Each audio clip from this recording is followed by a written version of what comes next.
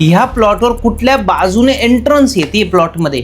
आजकाल अनेक ठिकाणी ट्रॅपेझॉइडल प्लॉट्स आहेत, सिटीज वेगवेगळ्या पद्धतीने डेव्हलप झालेल्या आहेत. सो आयडिया नाहीये तुम्हाला स्क्वेअर किंवा रेक्टँगल मिळणं. नमस्कार, दिस इज आचार्य तुषार येलमार. आज आपण शेरमुखी किंवा गोमुखी प्लॉट यांच्या बांधकामाबद्दल वास्तुशास्त्रामध्ये नेमकं काय सांगितलं आहे हे समजून घेत आहोत. सगळ्यात पहिले एक इम्पॉर्टंट गोष्ट लक्षात घ्या. वास्तुशास्त्रानुसार प्लॉट किंवा बांधकामाचा आकार हा रेग्युलर असला पाहिजे, म्हणजेच स्क्वेअर किंवा रेक्टँगल. पण जर तो तसा नसेल तर असं एकदम फार आकाश ढग पडलंय असं काही मोठा दोष होत नाही. आजकाल अनेक ठिकाणी ट्रॅपेझॉइडल प्लॉट्स आहेत, सिटीज वेगवेगळ्या पद्धतीने डेव्हलप झालेल्या आहेत. सो आयडिया नाहीये तुम्हाला स्क्वेअर किंवा रेक्टँगल मिळणं. एका बाजूने रुंद आणि दुसऱ्या बाजूने अरुंद असलेल्या प्लॉटला शेरमुखी म्हणतात किंवा गोमुखी म्हणतात. पण ही अंडरस्टँडिंग योग्य नाहीये माझ्या मते. खरं तर शेरमुखी आणि गोमुखी हा प्लॉट आकाराचा टॉपिक नसून ह्या प्लॉटवर कुठल्या बाजूने एंट्रन्स येते प्लॉटमध्ये, त्या जागेचा युसेज काय हा सगळा विषय आहे. आपण एक एक्झाम्पल घेऊया. एखादा प्लॉट 4x7चा आहे असं कन्सिडर करा तुम्ही. रेक्टँगल प्लॉट आहे. जर 7 फूट रुंदीच्या बाजूने एंट्रन्स असेल म्हणजे समोरचा भाग मोठा आणि त्याची खोली कमी असेल तर तो शेरमुखी आहे.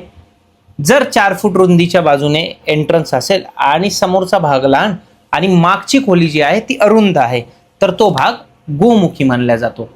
शेरमुखी प्लॉट हा कोणासाठी असतो?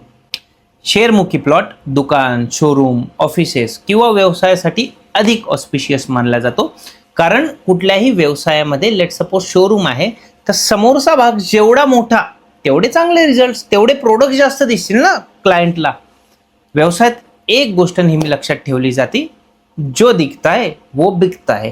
शेरमुखी प्लॉटचा फ्रंट असल्यामुळे तुमचे जे काही गोष्टी तुम्ही दुकानात ठेवलेल्या असताल, कमर्शियल प्रॉपर्टीमध्ये ठेवलेल्या असाल त्या चांगल्या दिसतील. हे लॉजिक आहेत. बाकी काही असं काय रॉकेट सायन्स किंवा स्पेस सायन्स तर ह्यामध्ये नाहीये.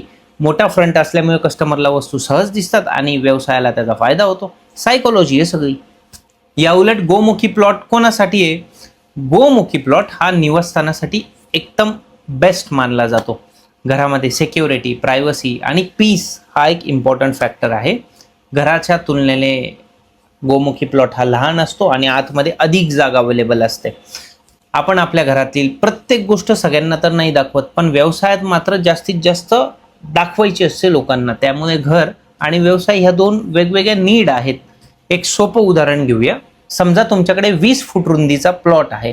त्यामध्ये तुम्ही 16 फूट दुकानासाठी ठेवले आणि 4 फूट घराच्या एंट्रन्ससाठी ठेवलेला आहे.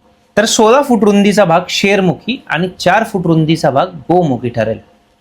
यावरून लक्षात येतं की शेरमुखी आणि गोमुखी हे प्लॉटच्या आकारावर नाही तर एंट्रन्सच्या रुंदीवर आणि त्या जागेच्या युसेजवर डिपेंडंट आहे. शेवटी सिंह हे शौर्य, लिडरशिप आणि डॉमिनन्सचं सिम्बल आहे. त्यामुळे व्यवसायामध्ये शेरमुखी रचना अधिक प्रतिकूल मानल्या जाते.